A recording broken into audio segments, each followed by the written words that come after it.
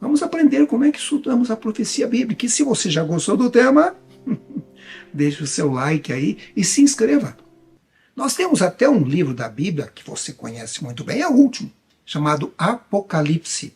Mas Apocalipse é uma palavra grega. Quando você traduz, a palavra significa revelação. De fato, em inglês, por exemplo, o nome é revelation, ou seja, é a palavra revelação mesmo, né? Do jeito que significa, traduzida. Algumas pessoas acham que é impossível entender as profecias da Bíblia Sagrada, especialmente o livro do Apocalipse. Fala assim, é um livro fechado, é um livro selado. Mas Ellen White, uma pessoa que estudava a Bíblia Sagrada, que tinha inspiração divina, ela escreveu: o próprio nome Apocalipse, revelação, contradiz a declaração de que é um livro selado. Revelação significa que algo de importante é dado a conhecer. As verdades deste livro são dirigidas aos que vivem nesses últimos dias. Ou seja, para você e para mim. Estamos com o véu removido no lugar santo das coisas sagradas. Não devemos ficar de fora. Vamos estudar o livro de Daniel aqui, Daniel e o grande conflito. Bom, estamos terminando Daniel e vamos embarcar no Apocalipse, né? Que maravilha estudar as profecias da Bíblia, ver o tempo em que estamos vivendo nos últimos dias. E sabe, Ellen White diz mais. Ele quer que estudemos os eventos que acontecem ao nosso redor e os comparemos com as previsões de sua palavra. Assim entenderemos que vivemos nos últimos dias. O estudante diligente da profecia será recompensado com revelações claras da verdade, pois Jesus garantiu: a tua palavra é a verdade. João 17, verso 17. Eu recebi alguns comentários aqui dizendo assim, por que você coloca tanto Ellen White? Porque eu acho os livros dela fantásticos, maravilhosos. Além do mais, como adventista do sétimo dia, eu creio que Ellen White é uma pessoa especial. Porque se a pessoa não é especial, se a pessoa não tem a conexão com Deus, não consegue escrever o que ela escreveu. Veja o livro O Desejado de Todas as Nações, o livro História da Redenção, o livro O Grande Conflito, Patriarcas e Profetas, Profetas e Reis, Atos dos Apóstolos, Parábolas de Jesus, O Maior Discurso de Cristo, e assim vai. É tanto livro. Só uma pessoa muito inspirada poderia escrever o que ela escreveu. Aliás, se você não leu nenhum livro de Ellen White, por favor, você não sabe o que está perdendo. Comece, quem sabe, com a História da Redenção, o livro, ou então o menor, O Caminho a Cristo. Você vai ter uma nova visão de Jesus Cristo. Ou então vai confirmar a visão que você tem. Né? Quem lê, entenda. Você sabia que um dos livros ou profetas citados por Jesus foi Daniel? Assim, nominalmente, porque ele citou os profetas. Né? Começando pelos profetas, por Salmos, né? Mas aqui ele cita uma pessoa. Né? Está em Mateus 24, verso 15. Vamos ler, leia comigo. Quando, pois, virdes o abominável da desolação de que falou o profeta Daniel, no lugar santo, quem lê, entenda. Veja então, Jesus citando Daniel como profeta. Tem gente que não aceita as profecias de Daniel como se Jesus aceitou, e ainda é para você ler e entender, né? Muito importante estudar Daniel. Aliás, eu recomendo fortemente que você assista aqui o nosso curso Daniel e o Grande Conflito. Teve uma pessoa que comentou assim, estou maratonando, estou assistindo de novo, desde o primeiro. Porque são vários vídeos, a gente começou com Daniel 1 e está indo, né? Terminamos Daniel 11 e agora iniciamos o 12. Estamos quase terminando aí o livro Daniel, né? Mas vejam, por exemplo, Apocalipse, capítulo 1, verso 3, o que diz: bem-aventurados aqueles que leem e aqueles que ouvem as palavras da profecia e guardam as coisas nela escritas, pois o tempo está próximo. Eu gosto muito daquele hino que tem essa letra aí, né? Bem-aventurado aquele que lê. E aí vai, né? Muito lindo aquele hino. E é verdade. Vejam vocês que existe uma felicidade, existe uma bênção em conhecer a Deus por meio da Bíblia. São felizes aqueles que leem. Mas às vezes a pessoa é analfabeta, então são felizes os que ouvem. Que coisa! São felizes também os que guardam as palavras da profecia. E todo mundo quer ser feliz, todo mundo quer ter felicidade, então procure conhecer o Criador através da Bíblia Sagrada. Mas aquele que se gloria, glorie-se nisto, em me conhecer e saber que eu sou o Senhor e faço misericórdia, juízo e justiça na terra, porque dessas coisas me agrado, diz o Senhor. O Senhor que faz misericórdia, que faz juízo, que faz justiça na terra. Deus deseja ser conhecido. Muitas vezes parece que é tão difícil compreendermos a Deus, né? Fala, Senhor, eu não estou entendendo isso, eu não estou entendendo esse caminho, né? E por isso que uma das perguntas que aparece nesse tema é: o que a Bíblia ensina sobre o conhecimento de Deus em comparação com o nosso? E alguns textos bíblicos são mencionados, eu vou ler aqui. O primeiro deles está em Salmos, capítulo 139, dos versos 1 ao verso 6. Diz assim: Senhor, tu me sondas e me conheces. Sabes quando me assento e quando me levanto. De longe penetras os meus pensamentos. Esquadrinhas o meu andar e o meu deitar, e conheces todos os meus caminhos. Ainda a palavra me não chegou à língua, e tu, Senhor, já a conheces toda. Tu me cercas por trás e por diante, e sobre mim pões a mão. Tal conhecimento é maravilhoso demais para mim, é sobremodo elevado, não posso atingir. Que coisa fantástica, né? Você nem abriu a boca e Deus já sabe o que você vai falar. Por isso, muito cuidado com o que você vai falar, do que você pensa, né? Deus sonda, Deus conhece. Como é que eu compreendo isso? Como é que Deus lê o meu pensamento? Você sabe como é que ele lê? Eu não sei, mas ele lê. A gente ora em pensamento e ele ouve. Como é que funciona isso? Não sei. Salmo 147, verso 5 diz: Grande é o Senhor nosso e muito poderoso.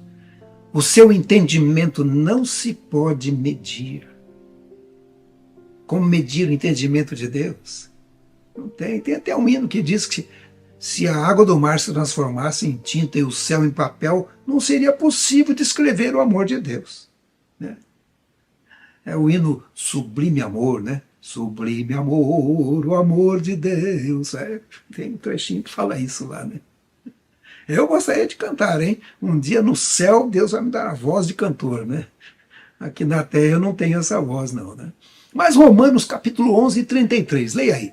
Ó profundidade da riqueza, tanto da sabedoria como do conhecimento de Deus, quão insondáveis são os seus juízos e quão inescrutáveis os seus caminhos. Insondável. Você pode tentar entender, mas não consegue, né? 1 João 3,20. Pois se o nosso coração nos acusar, certamente Deus é maior do que nosso coração e conhece todas as coisas.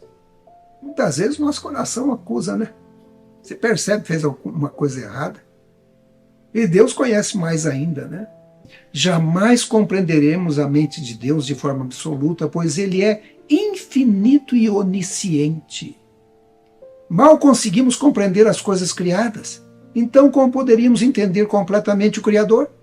É simplesmente impossível. No entanto, mesmo que jamais sejamos capazes de compreender tudo, podemos entender o que é necessário para a nossa salvação. Isso é importante, né? Quando você lê a Bíblia Sagrada, pode ser que na primeira leitura você não compreenda tudo. Por isso a gente lê de novo, e de novo, e de novo. E o Espírito Santo vai revelando. Cada vez que você lê, você descobre coisas novas. É Deus falando ao seu coração. E você vai compreendendo, compreendendo. A Bíblia diz que a vereda do justo, ou seja, o caminho do justo, é como a luz da aurora, assim, o amanhecer. Ela vai clareando, clareando, vai clareando, até que se torna dia perfeito. Ou seja, conhecimento vai aumentando, vai aumentando, vai aumentando, até que você tenha um entendimento completo. Talvez não aqui na Terra, mas um dia no céu, né? A ordem para selar as palavras. Tu, porém, Daniel, encerra as palavras e sela o livro até o tempo do fim. Muitos esquadrinharão e o saber multiplicará. Quando você lê esse mesmo texto em outras versões, e eu gosto de fazer isso para a gente entender melhor, você percebe alguma coisa que você não tinha percebido, quem sabe, naquela versão anterior. Então, vou ler com vocês na nova tradução na linguagem de hoje. Diz assim: E você, Daniel, não conte nada disso a ninguém. Feche o livro com um selo, para que fique fechado até o momento final. Muitos correrão de cá para lá, procurando ficar mais sábios. E o anjo disse que esse assunto seria melhor compreendido no tempo do fim. E quando estudamos aqui em Daniel 11 sobre o tempo do fim, Daniel 7, a gente vê que o tempo do fim começou em 1798. Ou seja, ali, por volta do século XVIII, as profecias de Daniel começaram a ser lidas, estudadas, interpretadas e discutidas. O livro foi aberto. Né? Lembram, os livros eram selados, era um rolo, né? E a pessoa fechava assim e punha um selo de cera. Então o livro ficou fechado até aquele período, mas a partir daí estava aberto. Eu recomendo a você assistir aí o Daniel e o Grande Conflito, aqui no canal Chegou a Hora. Você vai ver como o conhecimento dessas profecias de Daniel aumentou tremendamente. Quantos livros escritos existem? A compreensão hoje é muito maior de cada detalhe da profecia. Desde Daniel 2, a profecia da estátua, que começou já a ser estudada já lá no início do cristianismo, mas depois Daniel 7, na época da Reforma, né? Daniel 8 já foi um pouco depois, já foi ali no século 18, 19, né? Que as pessoas começaram a estudar melhor esse período. Ellen White fala sobre esses dois livros, Daniel e Apocalipse. Ela diz assim: ao nos aproximarmos do fim da história deste mundo, as profecias registradas por Daniel exigem nossa atenção, uma vez que se relacionam com o tempo em que vivemos. Com elas, devem se ligar os ensinos do último livro do Novo Testamento. Satanás leva muita gente a crer que as partes proféticas dos escritos de Daniel e João, o revelador, não possam ser compreendidas, mas a promessa é clara de que uma bênção especial acompanhará o estudo dessas profecias. Uma bênção especial. É por isso que a gente vai estudar, né? É por isso que a gente estuda Daniel. É por isso que estudamos o Apocalipse, né? Para receber essa bênção. Bem-aventurado aquele que lê, bem-aventurado aquele que ouve, mais bem-aventurado aquele que guarda, não é? Estudando a palavra.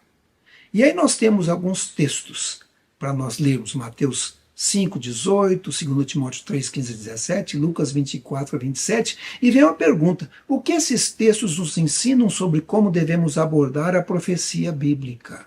Vamos ler então, Mateus 5, 18. Porque em verdade vos digo, até que o céu e a terra passem, nenhum i ou tio jamais passará da lei, até que tudo se cumpra. Muitas pessoas dizem que parte da lei foi abolida. Mas como é que pode, se Jesus está dizendo que não podia ter tirado nenhum tio? Um negocinho de nada, uma letrinha, né? Não pode mudar. Né? E diz que tudo vai se cumprir também, viu? Tudo vai se cumprir. As profecias se cumprirão. 2 Timóteo 3,15 diz: e que desde a infância sabes as sagradas letras, que podem tornar-te sábio para a salvação pela fé em Cristo Jesus. Toda a Escritura é inspirada por Deus e útil para o ensino, para a repreensão, para a correção, para a educação na justiça, a fim de que o homem de Deus seja perfeito e perfeitamente habilitado para toda boa obra. Percebe uma coisa aí? Aí está dizendo que a Bíblia é que dá sabedoria. E percebe que lá em Daniel, lá é dito que as pessoas correm de um lado para o outro procurando ser mais sábias, ou seja, estudam a Bíblia Sagrada, né? E vão sendo mais sábias. E diz também que toda a Escritura é inspirada por Deus, porque algumas pessoas dizem: o Velho Testamento não serve mais, só o Novo. Meu amigo, Aqui está dizendo que toda a Escritura é inspirada e toda a Escritura é útil para o ensino, para a repreensão, para a correção, para a educação. Do Gênesis ao Apocalipse, é toda ela, incluindo aí os 10 mandamentos que estão lá na lei de Deus. Cada detalhe, incluindo o livro do Apocalipse, e incluindo aqueles textos, quem sabe, que falam de um pecado acariciado na sua vida. Serve para a repreensão, para a correção, para a educação na justiça, para aperfeiçoar o homem, aperfeiçoar a humanidade. E Jesus disse mais em Lucas 24, 27, começando por Moisés, discorrendo por todos os profetas, expunha-lhes o que a seu respeito constava em todas as Escrituras. A Escritura na época de Jesus era o Velho Testamento. Então ele começava por Moisés, porque Moisés escreveu os 5 primeiros livros, né? E aí continuava com os outros profetas, né? E tem outro texto que fala, inclusive, que ele também mencionava os Salmos. E ele procurava mostrar que a profecia, muitas delas se cumpriam na vinda dele, na primeira vinda, né? E agora estudamos o segundo, o Novo Testamento, onde vemos os cumprimentos das profecias e também estamos esperando o finalzinho, né? Que é a volta de Jesus, literal ou simbólico. Porque muitas vezes a Bíblia traz alguma coisa que é literal. Quando Deus abre o Mar Vermelho, era o mar mesmo. O mar está vermelho, né? Aliás, o nome do mar é Mar Vermelho, mas ele é azul. O mar se abre, literalmente, né? Agora, quando você vê a palavra mar lá no Apocalipse, muitas vezes significa povos, nações, línguas. Então você tem que ver. Alguns lugares é literal, alguns lugares é simbólico. Na verdade, muitas profecias são dadas em símbolos, mas outras não, né? Quando o Jonas chegou lá em Nínive e falou assim, essa cidade vai ser destruída dentro de 40 dias. Não tinha simbolismo nenhum, ela ia ser destruída mesmo. Mas as pessoas se arrependeram e acabou não sendo. Mas outras não. Os anjos chegaram para Ló e disseram, essa cidade vai ser destruída com fogo. E eles tiveram que tirar o Ló de lá de Sodoma, né? Quando estudamos, por exemplo, Daniel capítulo 7, a Bíblia também fornece a chave. Lembra que Daniel pergunta para o anjo, o que significa isso? E o anjo vem e explica. Então, é possível compreender os símbolos contidos na profecia. Jesus, por exemplo, quando ele fala da destruição do templo, ele diz, não vai ficar pedra sobre pedra. Era literal. Não ia ficar mesmo e não ficou. Quem vai a Jerusalém, eu, por exemplo, fui a Jerusalém, até tem uma foto minha lá, junto com as pedras, né, que caíram, aquilo foi jogado e ali ficou, pedras pesadíssimas, né? Então, Jesus estava falando de um evento futuro, mas é um evento literal que ocorreu, a destruição do templo, que ocorreu no ano 70, né? Vamos ver aqui a questão de chifres. Diz assim, e depois disto, eu continuava olhando nas visões da noite, e eis aqui um quarto animal terrível, espantoso e sobremodo forte, o qual tinha grandes dentes de ferro, ele devorava e fazia em pedaços, e pisava aos pés que sobejava. Era diferente de todos os animais que apareceram antes dele, e tinha 10 chifres. Veja, eu não vou interpretar todos os símbolos, mesmo porque foi interpretado aqui quando estudamos Daniel capítulo 7, mas esse quarto animal tinha 10 chifres, era um animal terrível, espantoso. Tinha vários animais, né? Você se lembra de Daniel 7? Um leão, um urso, um leopardo e esse animal terrível, espantoso. Cada animal simbolizava o império que viria. E como veio, né? Babilônia, Medo-Pérsia, Grécia e Roma. E esse quarto animal simbolizava Roma. E ele tinha 10 chifres. Em Daniel 8, verso 3, também aparece essa questão de chifre. Parece assim, então levantei os olhos e vi, eis que diante do rio estava um carneiro, o qual tinha 2 chifres. E os 2 chifres eram altos, mas um mais alto que o outro, e o mais alto subiu por último. Se vocês forem lá estudarem Daniel 8 comigo, vocês vão ver ali um carneiro com 2 chifres. Tinha um bode que voava, né? E ele vem voando assim, tem um chifre notável, ele ataca o carneiro. Mas o próprio anjo, ele dá o significado desses esses dois chifres, inclusive do chifre notável, como é chamado ali o chifre do bode, né?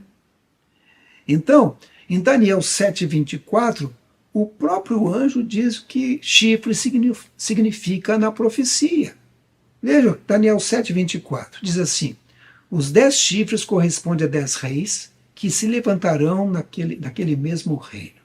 Então teremos nos últimos dias 10 reinos. Na verdade, existe dupla interpretação aqui, porque inicialmente Roma se dividiu em 10, e alguns pensam nesses 10. Mas também o Apocalipse fala que nos últimos dias terão 10 reis que acabam destruindo a besta. E existe um plano aí da nova ordem mundial realmente dividir o mundo em 10 partes, em 10 regiões, né? A nossa aqui é o Mercosul. A comunidade europeia é outra, né? A União Africana é outra. Então, tem aí esses 10 reis, 10 reinos, né? E Daniel 8, verso 20, o anjo também explica quem são aqueles chifres na cabeça do carneiro. Aquele carneiro com 2 chifres são os reis da Média e da Pérsia. Olha só. E parece que um chifre era um pouco diferente do outro, porque a Média era menorzinha, a Pérsia era um pouco mais forte, né? Um pouco mais forte. Vamos ver um outro símbolo. Agora, a espada. Em Apocalipse 1,16 diz: tinha na mão direita 7 estrelas e da boca saía-lhe uma afiada espada de 2 gumes. Quando a gente lê um pouco a Bíblia Sagrada, e vai lá em Efésios capítulo 6, 17, Paulo diz assim: tomai também o capacete da salvação e a espada do Espírito, que é o quê? A palavra de Deus. Então, espada é a palavra de Deus, a Bíblia Sagrada. Vejam, a própria Bíblia dá a identificação. É possível entender as profecias. Mais um símbolo, mulher. Apocalipse 12, verso 1 diz assim: viu-se grande sinal no céu, a saber, uma mulher vestida do sol, com a lua debaixo dos pés e uma coroa de 12 estrelas na cabeça. E no caso aqui, essa mulher está grávida, né? Esperando para dar à luz. Nós estudamos isso em Apocalipse 12, já aqui. Aí vamos estudar de novo. Vamos estudar de novo. Né? Então, nós temos aí Efésios 5, 31 a 32, que mostra o que significa mulher na Bíblia. Eis porque deixará o homem a seu pai e a sua mãe, e se unirá à sua mulher, se tornarão os dois uma só carne. Grande é este mistério, mas eu me refiro a Cristo e à igreja. Então aqui o símbolo de mulher é a igreja. Exatamente. E no Apocalipse, você vai ver essa mulher pura simbolizando a igreja pura de Cristo. E vai ver uma mulher prostituta simbolizando a falsa igreja. Uma igreja que se desviou, uma igreja que se tornou Babilônia. É interessante, né? Está escrito mulher, mas significa igreja lá no Apocalipse. Quando seguimos o princípio de que a Bíblia deve interpretar a si mesma, a maior parte dos mistérios que existem por trás do simbolismo profético desaparece. Vemos, por exemplo, que chifre simboliza poder político ou nação, espada representa a palavra de Deus e mulher se refere à igreja. Vemos claramente a Bíblia se explicando. E Ellen White, ela diz o seguinte: quando você examinar as Escrituras com desejo de conhecer a verdade, o Espírito de Deus encherá o seu coração e a palavra de Deus iluminará sua mente. A Bíblia é sua própria intérprete. Uma passagem explica a outra. Ao comparar os versos que se referem ao mesmo assunto, você verá harmonia que nunca imaginou. Então, que o Senhor nos ajude, né? A termos a humildade, a submissão ao Espírito Santo, para que Ele nos ensine, nos mostre as lições de Deus, as lições que Ele tem para cada um de nós, a lição que Ele tem para você, nessas profecias da Bíblia Sagrada. Estude a Bíblia Sagrada, leia a Bíblia Sagrada e vamos tomar a decisão de aceitar a palavra de Deus, aceitar Jesus Cristo como nosso Salvador pessoal. Um dia estaremos no céu conversando com o próprio Jesus. E aí tudo vai ficar esclarecido. Se ainda ficou alguma coisa que a gente não entendeu, vamos entender. A nossa mente vai se abrir. Vamos orar. Ore comigo. Querido Pai Celestial, O Senhor é bom e a sua misericórdia dura para sempre. E é por isso que a gente louva ao Senhor. Sempre, sempre, sempre. O teu nome é santo e nós louvamos o teu nome. Obrigado pelas profecias da Bíblia Sagrada, Senhor. Obrigado por teu amor e cuidado em nos revelar o futuro através da palavra de Deus. Nos dê entendimento e a sabedoria que vem do céu. Continua abençoando essa pessoa que estuda comigo, que assiste aqui ao canal Chegou a Hora. Esteja com ele, com sua família. Em tua misericórdia e em tua graça te pedimos que nos leve para morar contigo um dia. Eu te peço em nome de Jesus. Amém. Feliz é aquele que lê as palavras desta profecia. E felizes são aqueles que ouvem a sua mensagem e obedecem ao que ela diz, pois o tempo está próximo.